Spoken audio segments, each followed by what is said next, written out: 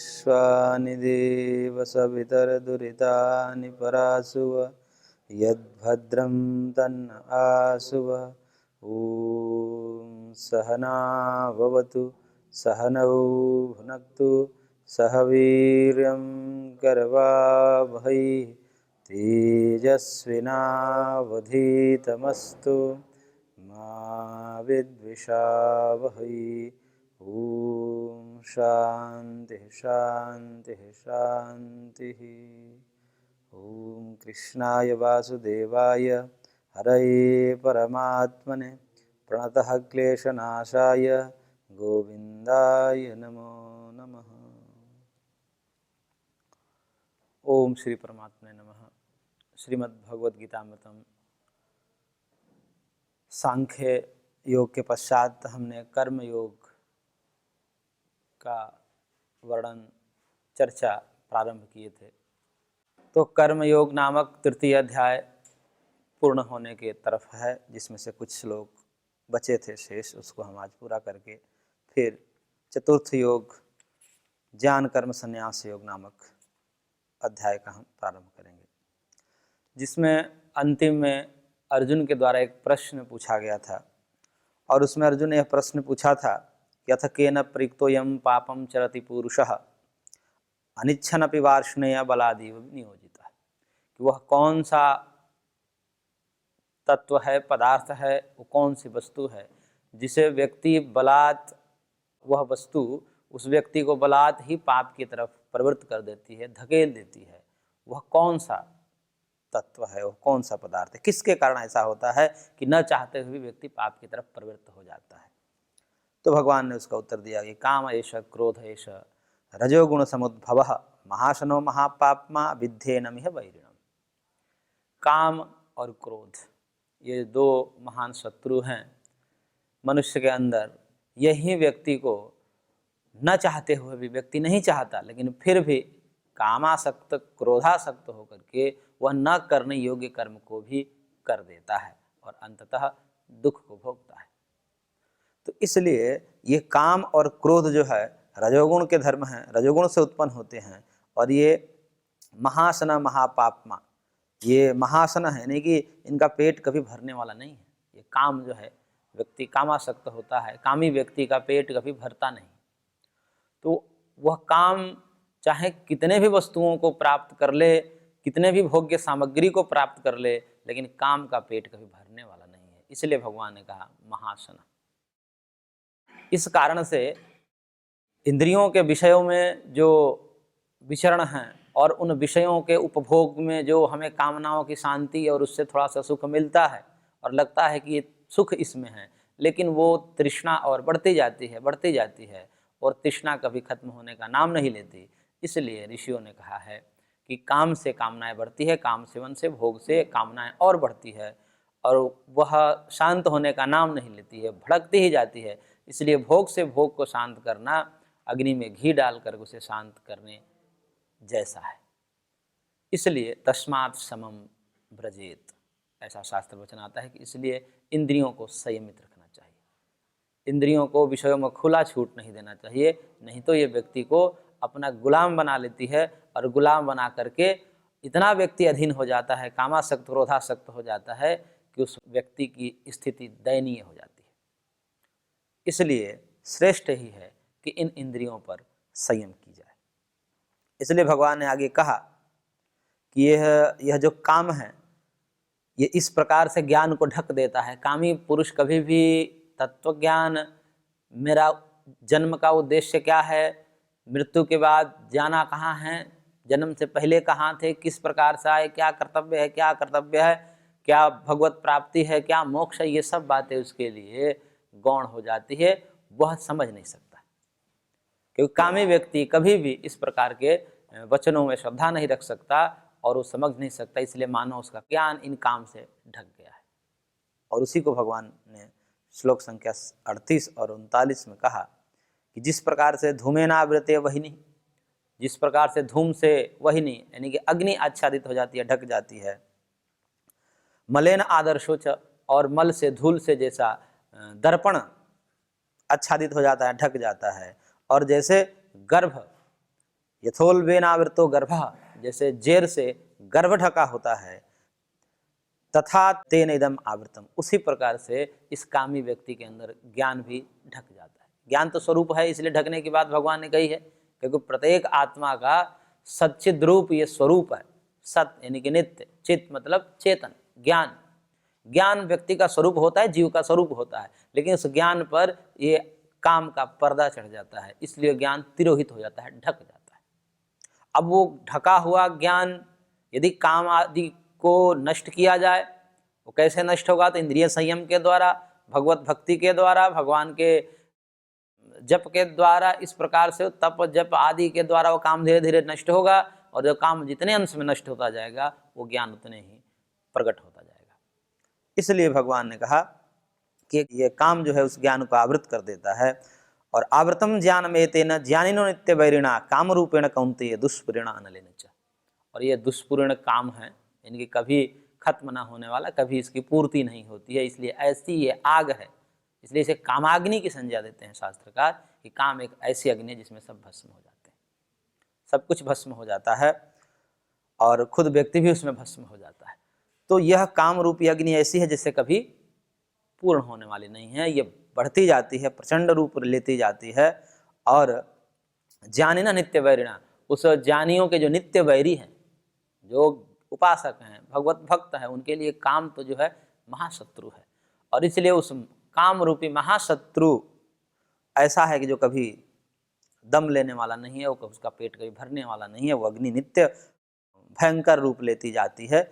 और उस ज्ञानियों के नित्य वैरी काम के द्वारा ज्ञानम आवृतम, ज्ञान आवृत है। प्रत्येक के हृदय में भगवान है, एक समान है, कोई अंतर नहीं है। भगवान की उपस्थिति में जीवों के हृदय में किसी में कम हो, किसी में ज़्यादा, ऐसा नहीं है। ऐसा नहीं है कि साधुओं के हृदय में भगवान ज़्यादा हैं और पापियों के हृदय में भगवान कम हैं, ऐसा नहीं है। भगवान एक रस, एक जैसे सबके हृदय में समाहित है, और उनका स्वरूप भी जो सच्चिदानंद स्वरूप है, उस आनंद रूप में, सुख रूप में सबके अंतःकरण में है। ईश्वर सर्वभूतानां हृदय से अर्जुन तिष्ठति, आगे भगवान कहेंगे कि सबके हृदय में। तो जीव मात्र के हृदय में, सब मनुष्यों के हृदय में है, लेकिन फिर भी एक साधु व्यक्ति उस अंतःकरण में विराजमान भगवान का अनुभव कर लेता है और अपने समस्त दुखों को दूर कर लेता है उस भगवान को जान करके। और वही जो अज्ञानी है, काम आदि में सक्त सामान्य पुरुष है, जीव है, वही भगवान है, लेकिन वो न जानने के कारण दुख सागर में डूबा हुआ है। तो इसलिए भगवान ने कहा कि ज्ञानियों के लिए तो नित्य वैरी है काम, और उस काम के द्वारा ज्ञान आवृत हो जाता है। इसलिए ज्ञानी व्यक्तियों को चाहिए कि इस काम को शांत रखें। और इस काम का निवास कहाँ का है? तो भगवान ने कहा इंद्रियाणि मनोबुद्धि रस्याधिष्ठान मुच्यते एतैर्विमोहत्येष ज्ञानम आवृत्य देहिनम, कि ये जो है इंद्रियां हैं, मन है, बुद्धि है, ये इसके अधिष्ठान है। काम यही टिकता है इंद्रियों में, मन में और बुद्धि में। इंद्रियों की अपेक्षा मन में ज़्यादा टिकता है, मन की अपेक्षा बुद्धि में जो है इसका अंतःकरण में वास अधिक रहता है। लेकिन यही इसके अधिष्ठान हैं, और इसी अधिष्ठानों से एतैहि ज्ञानम आवृत्य देहिनम विमोहयति, और इन्हीं अधिष्ठानों के द्वारा, यानी कि इंद्रियां, मन और बुद्धि, इन्हीं के द्वारा जीव मोहित है। क्योंकि काम का आच्छादन है इसके ऊपर, काम सबको आच्छादित कर लिया है। इंद्रियों में काम भरा है, मन में काम भरा है, बुद्धि में भी निश्चय कर रखा है काम के रूप में। बुद्धि ऐसे निश्चयात्मिका होती है, लेकिन उस निश्चयात्मिका बुद्धि ने यह निश्चय कर रखा है कि काम के अतिरिक्त और इस जगत में कोई सुख की वस्तु ही नहीं है, सुख की सामग्री नहीं है। तो ऐसे जिसने अपने मन में बैठा लिया है, निश्चय कर लिया है, तो मानो उसका अधिष्ठान बुद्धि में काम घुस गया। और बुद्धि में यदि काम घुस गया तो फिर जो है वो जल्दी नहीं हटता। इंद्रियों में तो स्वाभाविक रूप से रहता ही है। इंद्रियों की अपेक्षा मन में जो काम है उसको हटाना थोड़ा सा दुष्कर है, लेकिन बुद्धि में जब काम घुस जाए, संकल्प ही ये बन जाए, निश्चय ही ये बन जाए कि काम के अतिरिक्त दुनिया में और कोई सुख ही नहीं है, तब ये तो बहुत खतरनाक हो जाता है। उसको हटाना बहुत मुश्किल हो जाता है। तो इसलिए ये अधिष्ठान है, इन जगहों पर काम निवास करता है, और वही काम जो है ज्ञान का आवृत करके जीव को मोह में डाल देता है। फिर जीव कर्तव्य विमूढ़ हो जाता है, क्या करना है क्या नहीं करना है ये सब भूल जाता है ये काम के कारण। इसलिए भगवान कह रहे हैं तस्मात् त्वम् इंद्रियाण्यादौ नियम्य भरतर्षभ पापमानं प्रजह्येनं ज्ञान विज्ञान नाशनम। इसलिए है अर्जुन, सबसे पहले तुम इंद्रियों को नियंत्रित करो।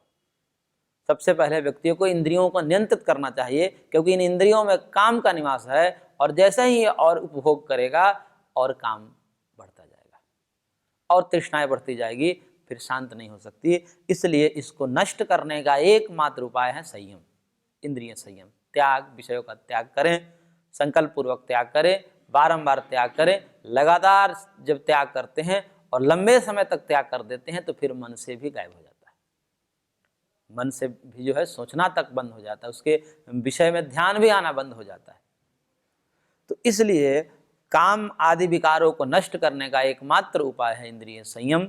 उसको संयम करना चाहिए, और संयम जब तक से नहीं होगा तब तक से काम से हमारी बुद्धि आच्छादित रहेगी, इंद्रियां आच्छादित रहेंगी, मन आच्छादित रहेगा। और जब मन बुद्धि इंद्रियां सब काम से आच्छादित रहेगी तो फिर मोहित होकर व्यक्ति क्या कर्तव्य है, क्या कर्तव्य है, क्या हमारे सुख के साधन है, किससे हमको सुख होगा और किससे दुख होगा, ये सब भूल जाता है। इसलिए काम को पहले बस में करने का प्रयत्न इंद्रिय संयम के द्वारा करना चाहिए। और इस पापमानम प्रजह्येनम ज्ञान विज्ञान नाशनम, ये जो पापी काम है, जो पाप स्वरूप वाला है, पापी है, तो इस पापी काम को तुम मार डालो। और ये कैसा है?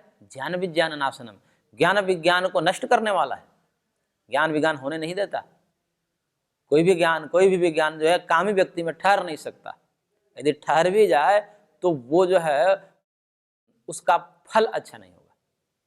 कामी व्यक्ति का ज्ञान भी कोई काम का नहीं होता, उसका उपयोग और विनियोग भी वो कामी व्यक्ति अपने काम पूर्ति के लिए करेगा, और काम पूर्ति के लिए जब करेगा तो फिर वही बात, फिर दुख सागर में जाएगा ही। इसलिए ऐसे ज्ञान विज्ञान को नाश करने वाले काम को तुम मार डालो। और वो कैसे मरेगा? इंद्रिय संयम के द्वारा मरेगा। वह इंद्रिय को संयम करने से ही नष्ट हो सकता है, अन्य कोई उपाय नहीं है। इसलिए भगवान आगे कह रहे हैं श्लोक संख्या 42 में, इंद्रियाणि पराण्याहु इंद्रियेभ्यः परं मनः मनसस्तु परा बुद्धिर यो बुद्धेः परतस्तु सः। और भगवान कह रहे हैं कि देखो काम का निवास कहाँ कहाँ है, 3 जगह बता दिया, इंद्रियां, मन और बुद्धि। इंद्रिय मन बुद्धि में काम का निवास है, और वो काम को खत्म करने का प्रयास करो। और तुम सदैव यह स्मरण रखो कि इंद्रियाणि पराण्याहु, जो है इंद्रियां हैं वह पराणी आहु, यानी कि इंद्रियों को शरीर की अपेक्षा से श्रेष्ठ कहा गया है। क्योंकि शरीर तो एक खोखा है, और इस खोखे में, क्योंकि ये हार्डवेयर है, इसमें सॉफ्टवेयर है, इंद्रियां हैं, मन है, बुद्धि है, अहंकार है, ये सब सॉफ्टवेयर है। तो बिना सॉफ्टवेयर के हार्डवेयर निष्क्रिय हो जाता है, खोखा हो जाता है। तो कह रहे हैं कि स्थूल शरीर की अपेक्षा इंद्रियों की श्रेष्ठता बताई गई है, इंद्रियां श्रेष्ठ है। क्योंकि इंद्रियां ही, ये चक्षु हैं, ये चक्षु न रहे तो शरीर की एक अलग स्थिति हो जाएगी। कान न रहे, जिह्वा न रहे, नासिका न रहे, ये अपना काम करना बंद कर दे तो जो है वो व्यक्ति निकृष्ट माना जाता है, बहुत दुख होता है उसको। इसलिए शरीर की अपेक्षा इंद्रियां श्रेष्ठ हैं। और इंद्रियेभ्यः परम मनः, इंद्रियों की अपेक्षा मन श्रेष्ठ है। क्योंकि इंद्रियां भी अपना काम तभी करती है जब मन उन इंद्रियों के साथ संयुक्त रहता है। मन यदि उन इंद्रियों के साथ न रहे तो आंखें खुली की खुली रह जाएगी, हमको दिखाई नहीं देगा। शब्द हमारे श्रोत्र इंद्रियों तक आएंगे, कान तक आएंगे, लेकिन सुनाई नहीं देगा। क्यों? क्योंकि मन कहीं और था। इसलिए कभी कभी ऐसा अनुभव में आता है कि हमारा मन कहीं और रहता है, कोई बोलता है हमें सुनाई नहीं देता, फिर वो जोर से बोलता है, आकर हिलाता है कि भैया कहाँ खोए हुए हो, हम बोल रहे हैं, तब वो सुनता है, अच्छा हाँ बताइए, हम कुछ और सोच रहे थे, इस कारण से सुन नहीं पाए। शब्द तो आ ही रहते कान तक, इंद्रियात सन्निकर्ष तो हो ही रहा था, परंतु इंद्रियों के पास शब्द विषय आते हुए भी उसको सुनाई नहीं दे रहा था। किस कारण से? क्योंकि मन का संपर्क उन इंद्रियों से नहीं था। इसलिए इंद्रियां होते हुए भी यदि मन कार्य न करे तो ज्ञान न होगा। जैसे सुषुप्ति में, गाढ़ी निद्रा में हम सो जाते हैं, मन काम करना बंद कर देता है, तो कान तक शब्द आ रहे हैं, नासिका तक गंध आ रहे हैं, त्वचा से स्पर्श हो रहा है, लेकिन सब कुछ अनुभव में नहीं आता। तो इसलिए इंद्रियों की अपेक्षा मन को श्रेष्ठ कहा गया है, और मन से भी श्रेष्ठ कह रहे हैं भगवान, मनसस्तु परा बुद्धि, मन से श्रेष्ठ बुद्धि है। क्योंकि मन तो कभी कभी गलत निर्देश भी देता है, मन में गलत विचार भी उठते हैं, जो अकर्तव्य है उसको भी करने की वृत्ति मन में जगती है, ऐसा संकल्प, ऐसा विकल्प उठता है कि ये भी कर सकते, ये भी कर सकते हैं। तो मन जो है संकल्प विकल्प के रूप में गलत करने को भी कहता है। इसलिए मन के आधार पर हम चलने लगे तो फिर हमारी बर्बादी है, क्योंकि मन में इतने संस्कार पड़े हैं, पूर्व जन्म के भी, इस जन्म के भी गलत संस्कार पड़े हैं, पूर्व जन्म के भी गलत संस्कार पड़े हैं, कि उसके अनुसार चलेंगे तो बार बार गलत रास्ता ही दिखाएगा। इसलिए कहते हैं कि मन एक पानी की भांति है जिसकी गति नीचे ही होती है, पानी ढलान की तरफ जाता है, नीचे ही जाता है, ऐसे मन भी पानी की तरह कहते हैं, वो भी नीचे ही जाता है। यदि उसके अनुसार चले तो व्यक्ति गर्त में चला जाएगा। एक भजन भी गाते हैं, मनवा थाड़े मती चलो तो सीधे नरक ले जा, कि मन के आधार पर चलने लगे तो फिर तो दुख ही दुख है। इसलिए कहा भगवान ने कि मनसस्तु परा बुद्धि, मन की अपेक्षा बुद्धि श्रेष्ठ है, क्योंकि बुद्धि निश्चय कराती है। बुद्धि में ये क्षमता है कि वो निर्णय कर सके कि नहीं, ये मन में जो मेरा विकल्प उठ रहा है, संकल्प उठ रहा है, ये हमारे लिए कल्याणकारी नहीं है, ये हमारे लिए कल्याणकारी है। इस प्रकार से विवेक जो है वो बुद्धि में है। इसलिए मन में विकल्प उठता है तो भी हम बुद्धिमान रहते हैं, तो हम जो गलत विकल्प है उसको दबा देते हैं, हटा देते हैं, उस पर आचरण नहीं करते हैं, और जो अच्छा विकल्प रहता है मन में उसको हम चयन करके और क्रिया रूप दे देते हैं। तो बुद्धि इन सब में श्रेष्ठ है। इसलिए कहते हैं कि अंतःकरण में अंतःकरण तीन होते हैं, मन, बुद्धि, अहंकार। तो यहाँ पर अहंकार को भगवान ने बुद्धि में ही अंतर्भावित कर लिया है, इसलिए दो ही कहा है, मन और बुद्धि। इंद्रियां तो बाहरी हैं, बाहरी करण है, इसलिए दो प्रकार के करण होते हैं, अंतःकरण, बाह्यकरण। तो बाह्यकरण में ये जो 5 ज्ञान इंद्रियां हैं हमारी, ये बाह्यकरण में आते हैं, क्योंकि ये बाहरी से संबंधित है, और अंदर आत्मा से संबंधित जो है वो अंतःकरण है, वो 3 हैं, मन, बुद्धि, अहंकार। अहंकार को भगवान ने यहाँ पर बुद्धि में अंतर्भावित करके 2 ही कहा है। तो बुद्धि जो है मन से भी श्रेष्ठ है। इसलिए जो बुद्धिमान होता है वो अपने मन में उठे हुए संकल्प विकल्प को जांच करके, परख करके, ये गलत है, ये सही है, और बुद्धि भी कार्य कैसे करती है। बुद्धि भी श्रेष्ठ है, लेकिन वो श्रेष्ठ बुद्धि तब बनती है जब बुद्धि में भी शास्त्र ज्ञान भरा जाता है। क्योंकि बुद्धि तो निश्चय करने वाली है, लेकिन सबके पास बुद्धि है। गलत व्यक्ति गलत निश्चय कर रहा है, वो भी बिना बुद्धि के नहीं कर रहे हैं, क्योंकि महर्षि कपिल कहते हैं बुद्धि के विषय में कि अध्यवसायो बुद्धि, बुद्धि जो है निश्चय कराने वाली होती है। तो जो कोई भी निश्चय कर रहा है, चाहे सही विकल्प का चुनाव कर रहा है अथवा गलत विकल्प का चुनाव कर रहा है, चुनाव करना, निश्चय करना, ये बुद्धि का काम है। अब एक की बुद्धि सही विकल्प का चुनाव कर रही है, एक की बुद्धि गलत विकल्प का चुनाव कर रही है, बुद्धि दोनों को पास है, तो श्रेष्ठ बुद्धि कैसे हो गई? फिर समस्या आएगी यहाँ पर। तब कहते हैं बुद्धि तो श्रेष्ठ है, परंतु कौन सी बुद्धि श्रेष्ठ है? जो पिछले बार अभी हमने दूसरे अध्याय में पढ़ा, समत्व बुद्धि, या ये कहें कि जिस बुद्धि में शास्त्र ज्ञान भरा गया है, शास्त्र ज्ञान से परिपूर्ण जो बुद्धि है, वह यह निर्णय करने में समर्थ होगी कि मेरे लिए कल्याणकारी क्या विकल्प है, मेरे लिए अकल्याणकारी क्या विकल्प है।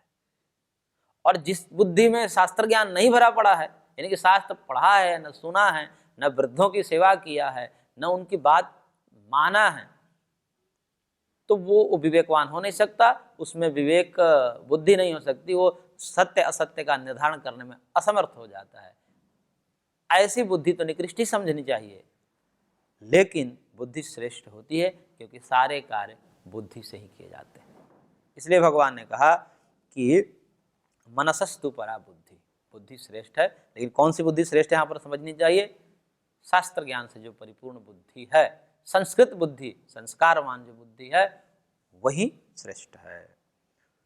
लेकिन इस बुद्धि में भी काम का वास है, भगवान ने कह दिया। बुद्धि में भी काम का वास है। हो सकता है कि बुद्धि में निश्चय हो जाए कि काम ही सब कुछ है, ये लौकिक जो विषय हैं यही हमारे लिए अंतिम लक्ष्य है, इसके अतिरिक्त और कुछ नहीं है, ऐसा सोच करके और कोई अपना अकल्याण न कर ले। इसलिए भगवान ने कहा कि मनसस्तु परा बुद्धि यो बुद्धि परतस्तु सः, और जो बुद्धि से भी परे है, श्रेष्ठ है, वह आत्म तत्व है और वो तुम हो। हम सब हैं, हम बुद्धि से परे आत्म तत्व है, क्योंकि बुद्धि में भी निर्णय लेने का सामर्थ्य जो आता है वह पुरुष यानी कि चेतन से आता है, जीव से आता है, आत्मा से आता है। उसी को चेतन कहते हैं, पुरुष कहते हैं, जीवात्मा कहते हैं, कई नाम है। तो वो जो चेतन तत्व है, आत्म तत्व, वही श्रेष्ठ है, और उसी आत्म तत्व के संपर्क से बुद्धि भी चेतनवत हो जाती है।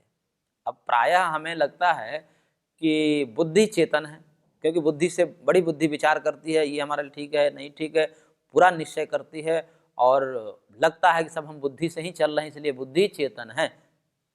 लेकिन ये बुद्धि भी जड़ है। ये प्रकृति जो त्रिगुणात्मक प्रकृति है, उन त्रिगुणात्मक प्रकृति का सबसे प्रथम विकार जब सांख्य में कहते हैं, वो महतत्व बुद्धि तत्व कहते हैं।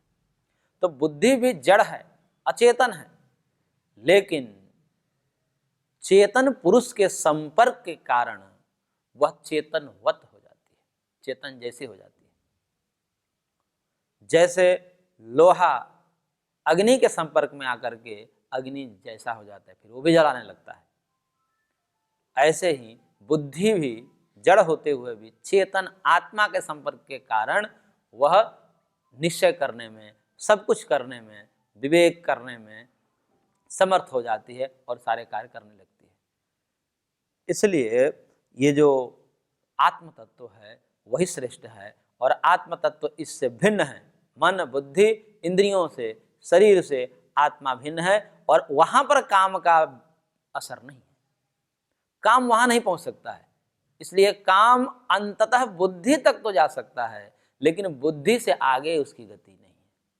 इसलिए चाहे काम हमारे अंदर आए, क्रोध आए, कोई भी विकार आए, उस समय ये ज्ञान रखना चाहिए कि ये मन के धर्म हैं, बुद्धि के धर्म हो सकते हैं, मैं इससे अलग हूं, मेरा धर्म नहीं हो सकता, मैं तो नित्य शुद्ध बुद्ध मुक्त आत्मा।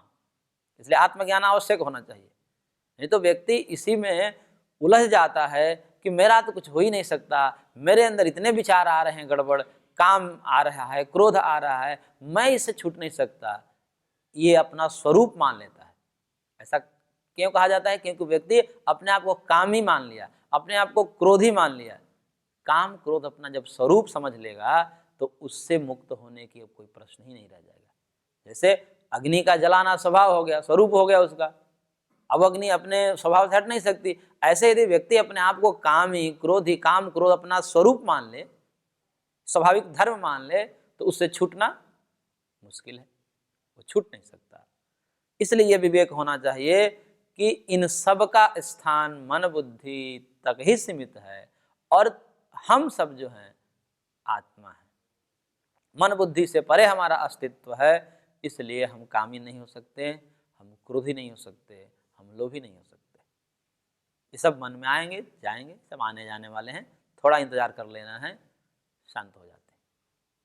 कोई भी विकार आएगा, थोड़े देर के लिए उद्विग्न करेगा, उस समय यदि विवेक बना रहे, उसी समय शास्त्र काम आते हैं। बाकी समय तो सब जी ही रहे हैं, कोई समस्या नहीं। जिस समय काम क्रोध आदि का वेग आता है, उस समय ही ये सब ज्ञान काम में आएगा कि ठहर जाना है, ये रहेगा नहीं, पहले भी नहीं था, अभी आया है, मैं तो पहले भी था, तब तो नहीं था, अभी आया है, इसका मतलब ये आगंतुक है। यदि काम क्रोध आदि हमारा धर्म होता तो मैं सदैव कामी होता, सदैव क्रोधी होता, सदैव लोभी होता, परंतु ऐसा तो नहीं है। कोई भी व्यक्ति इस संसार में ऐसा नहीं मिलेगा जो 24 घंटा कामासक्त हो, 24 घंटा क्रोधासक्त हो, 24 घंटे लोभासक्त हो, ऐसा नहीं मिल सकता। इसका मतलब कि काम क्रोध लोभ हमारा स्वभाव नहीं है, स्वरूप नहीं है, ये आते हैं आगंतुक, इसी को बोलते हैं आगंतुक धर्म है। जैसे लोहे में अग्नि आगंतुक है, लोहे में जो उष्णता आई है, दाहकता आई है, ये आगंतुक धर्म है। जल में जैसे उष्णता, जल गर्म हो गया तो जल में जो गर्मी है वो भी आगंतुक है। तो जल में गर्म हो जाए तो उसका क्या करना चाहिए, थोड़ी देर छोड़ दीजिए, अपने आप ठंडा हो जाए। तो इसी प्रकार से ये वासनाओं का खेल है, मन बुद्धि तक सीमित है और हम मन बुद्धि से परे है। उस मन बुद्धि से परे आत्म तत्व हम हैं और उसी को जानना चाहिए, वही श्रेष्ठ है। तो इस प्रकार से भगवान ने आत्म तत्व को यहाँ पर महत्व दिया और फिर अंत में कह रहे हैं, एवं बुद्धे परम बुद्ध्वा संस्तभ्यात्मनात्मना जहि शत्रु महाबाहो काम रूपम दुरासदम। करेंगे एवं बुद्धे है परम बुद्ध्वा, इस प्रकार तुम अपने बुद्धि से इस परम श्रेष्ठ आत्म तत्व को जान करके, इसके रहस्य को जान करके, पहले बुद्धि से जानना होता है, फिर उसको अनुभव करना होता है। पहले तो बुद्धि से जानना और फिर उसकी अनुभूति करना। तो इस प्रकार से पहले तो बुद्धि से, क्योंकि ये तो अत्यंत सूक्ष्म तत्व है, आत्म तत्व का विचार विवेक उसका निर्णय करना ये सामान्य बुद्धि से नहीं होता। दृश्यते तो अग्रया बुद्धिया सूक्ष्मया सूक्ष्मदर्शी भी, ऐसा उपनिषद कहता है कि सूक्ष्मदर्शी जो होते हैं वही आत्मा और अनात्मा का विवेचन करके आत्मज्ञान से परिपूर्ण होकर के और सारे व्यवहार करते हैं। स्थूल बुद्धि वाले, मोटी बुद्धि वाले तो इसमें चल ही नहीं पाएंगे।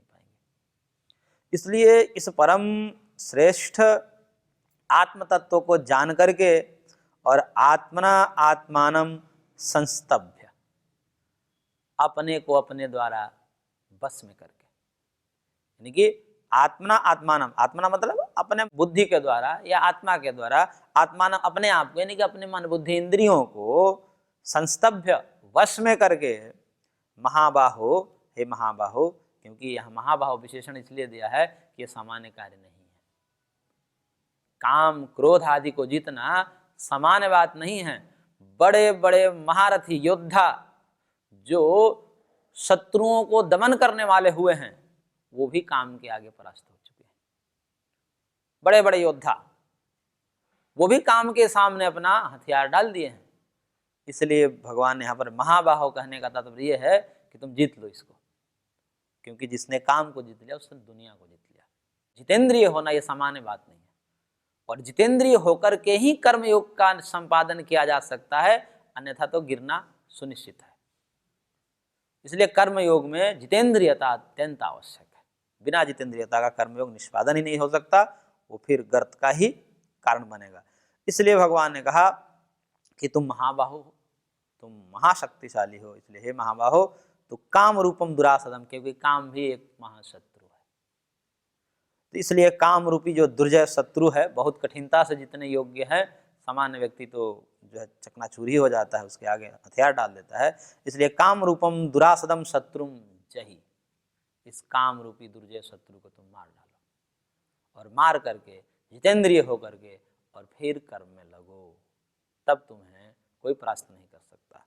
परास्त व्यक्ति तब होता है। दुनिया परास्त किसको करती है? जिसके अंदर काम हो, क्रोध हो, लोभ हो। ये मुख्य तीन हैं, उसको भगवान आगे कहेंगे, यहाँ तो दो ही कहें, आगे तीन कहेंगे। ये तीन महान शत्रु है और इन पर विजय प्राप्त कर लिए फिर आपको कोई कुछ नहीं कर सकता।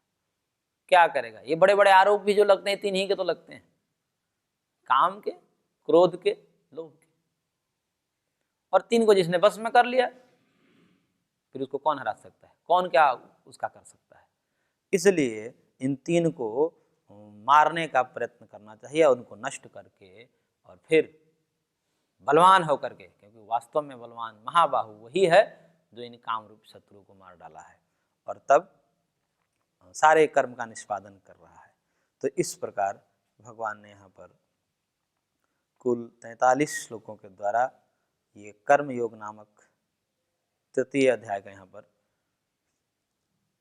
समाप्त किए। और तयोम तत्सदिति श्रीमद्भगवद्गीतासु उपनिषत्सु ब्रह्म विद्यायाम योग शास्त्रे श्री कृष्ण अर्जुन संवादे कर्म योगो नाम तृतीयोध्यायः।